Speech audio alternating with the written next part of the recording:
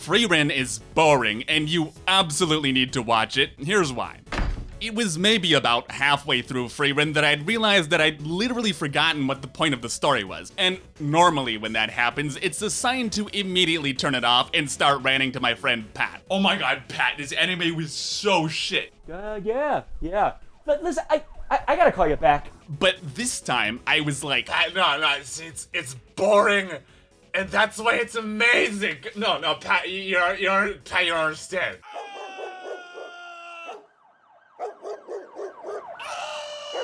Now, before we really get into this anime, I want to clarify something that I think most people missed, and I think that's that they see Frieren as the other characters do. Think that her long life as an elf means she doesn't perceive time the way everyone else does, that she barely even notices life passing her by. But I want you to see it differently. Sure, she can spend months, years in a single place, occupied by something completely mundane. But it isn't because she doesn't value or perceive the passage of time the way humans do. I mean, think about the very first scene with her as the four adventurers all sit back, bantering without a care as they anticipate the hero's welcome that awaits them when they return.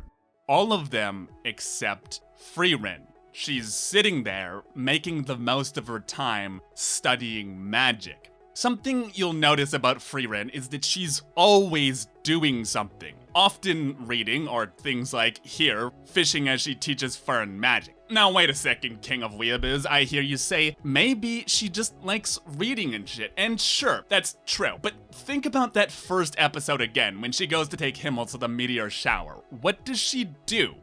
She checks in on him to tell him to hurry up. She literally yawns because the old man is taking so long to get ready. This is not the face of someone who barely notices the passage of time. This is the face of someone who hates wasting time, who can't stand the thought of not living every second of her life to the fullest. And remember, this is after promising to take them there 50 years in the future, showing up on the exact date at the exact time she promised. She hasn't forgotten. She wasn't ignoring the passage of time. She was waiting for this moment to come. And it's the same reason she never forgets anyone's birthday, why time is not measured by date, but in years since the death of the hero. Frieren has a very acute sense of the passage of time. It's not that her long life has made her indifferent to the passage of time, it's that it's given her the wisdom to appreciate it.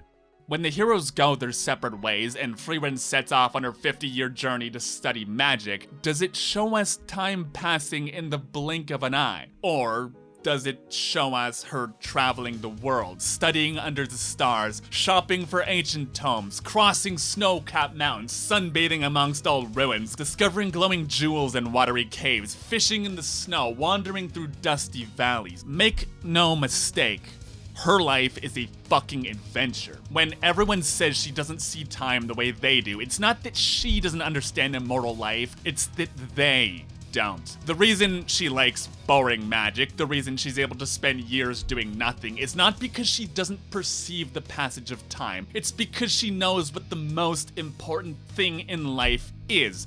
Now, I'm not saying she doesn't perceive time differently than everyone else. Of course she does. But what I am saying is that the years of her life affect her exactly the same as they do everyone else. As Aizen says, みんなとの冒険だって私の人生の100分の1にも満たない。面白いものだな。その100分の1がお前を変えたんだ。Those 10 years changed her just as they would any other person. Just because it barely changes her body does not mean time takes any less of a toll on her mind.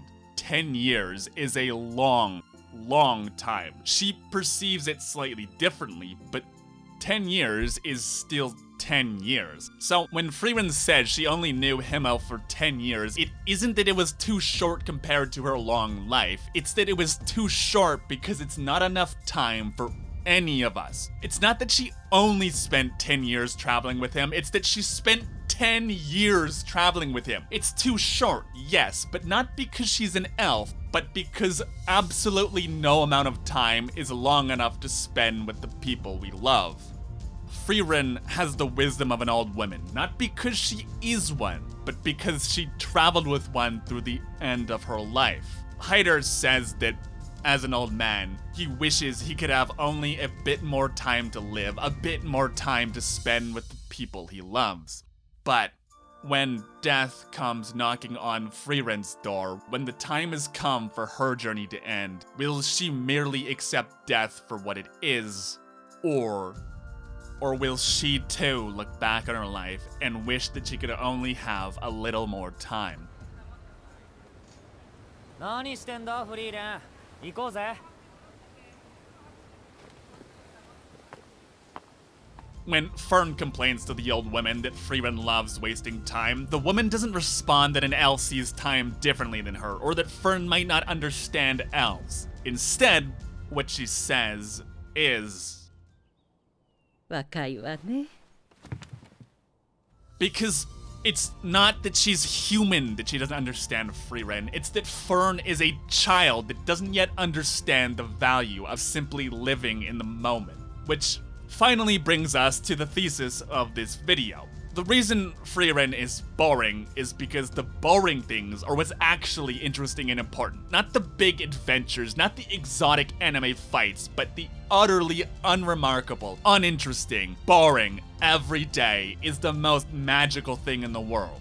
Take this scene in this dungeon where Frieren and Fern have to fight this impossibly powerful monster that takes the form of Frieren and can do anything and everything she does. It's this epic final boss to the dungeon they're in, but the anime almost doesn't even care about the fight. The emotion doesn't come from any part of the action, and killing the monster isn't even the climax, it's the punchline at the end. Because it's not about the fight itself. Hell, half the episode is spent on this flashback to the relationship she had with her human mentor, about how she too loved boring magic, and how her favorite spell is to grow a field of flowers. And how her dream was that everyone could do this kind of magic. Not fight, not be powerful, but gain the ability to make the world just a little more beautiful. Because she knows what's important. I mean, think about what this scene is showing us. It's this epic fight against a monster able to create the most powerful mage in existence like it's nothing. Cut away to the moment her mentor single-handedly changed the course of history forever by formally establishing the practice of magic in the most influential nation on the continent. And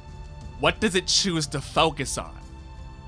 A little girl sitting in a field of flowers. Not power, not magic, not history, but ordinary, mundane, boring, childlike wonder seen through pure and innocent eyes.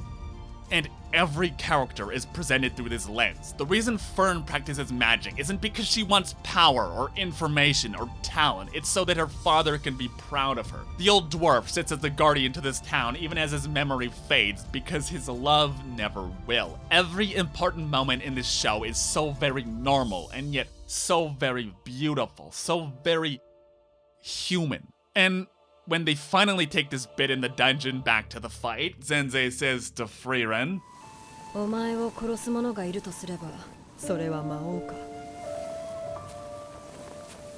人間の魔法使いだ and this is one of those lines that just gets more and more profound the more you think about it. The one thing that could possibly kill her is either the single most powerful being to have ever existed, or the single most ordinary one. And of course, we know which one it is. Because that's what's special. That's what's interesting. The boring, the ordinary. So when it cuts from this to the clone being killed, it's saying, yeah, this isn't fucking important. This fight is just anime bullshit. Here's what you should care about. Think about what Frieren says about Fern's training. 常人なら10年かかる道を4年で越えた。あの子は打ち込みすぎだ。あまりいいことじゃない。 To any human, this would be an amazing accomplishment. But to her, why would she not approve? It's because it means that Fern isn't enjoying life, that she's focused on the outcome, not the journey.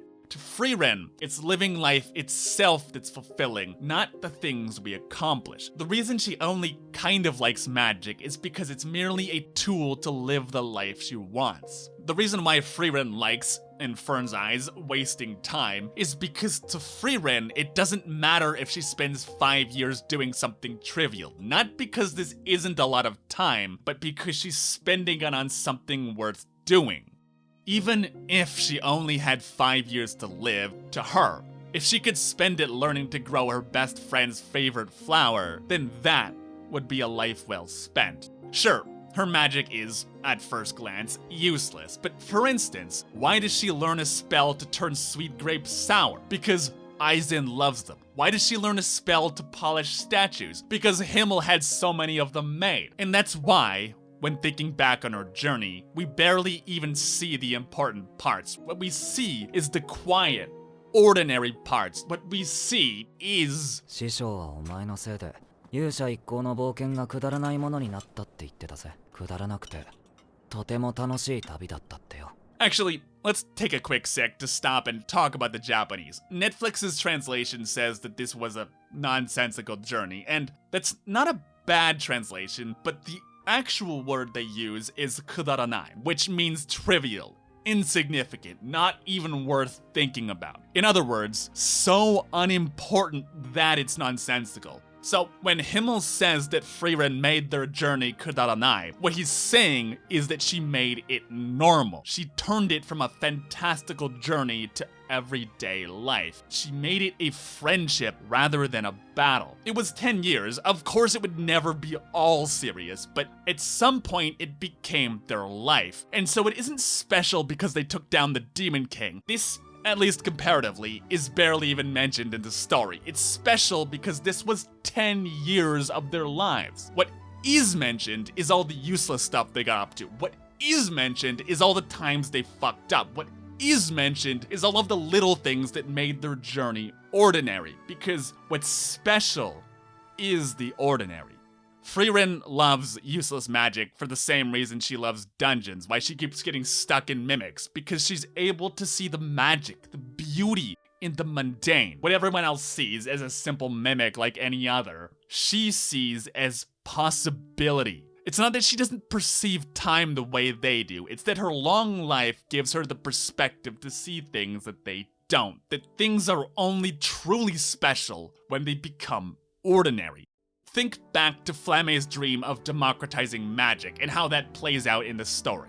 The demon Qual creates this spell, Zoltrak, a horrible, twisted magic designed to destroy humans by disintegrating their flesh. A magic so powerful that the heroes cannot so much as hope to destroy him and instead seal him away for half a century.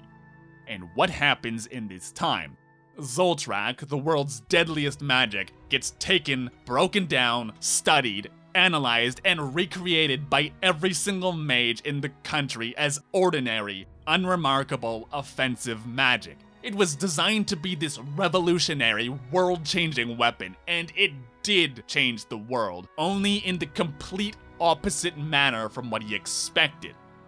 In other words, it became normal. Do you see what I'm getting at? In Frieren, magic and fantasy can be special, yes, but it's at its most special when it becomes boring, when it becomes utterly and irrevocably ordinary.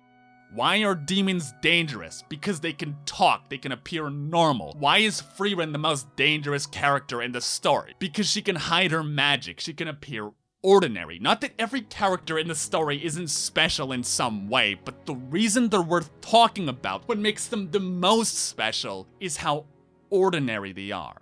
See, as viewers, we only get to see fragments of the journey, as bits and pieces of Frieren's life reminder of the journey that came before. It feels not like we're watching a story, but like we're watching someone live through one, the story of her own life, but it doesn't always tell us when and where the story begins, because that depends what story we're being told. And what stories are we being told? The journey of Frieren the mage, Frieren the hero, Frieren the apprentice, Frieren the friend. Which are we seeing?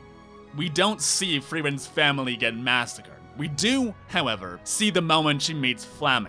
We don't see her defeat the Demon King, but we do see the party afterwards. Sure, the big moments exist, they're there, they're fantastic, but they pale in comparison to what we're actually seeing. The ordinary, the everyday, the boring events of her life, because if all we're seeing, all she's experiencing is a story, and this story is her life, this begs the question, how does she know what's real? If all we are stories, do we exist in the stories we tell, the life we live, or something else altogether?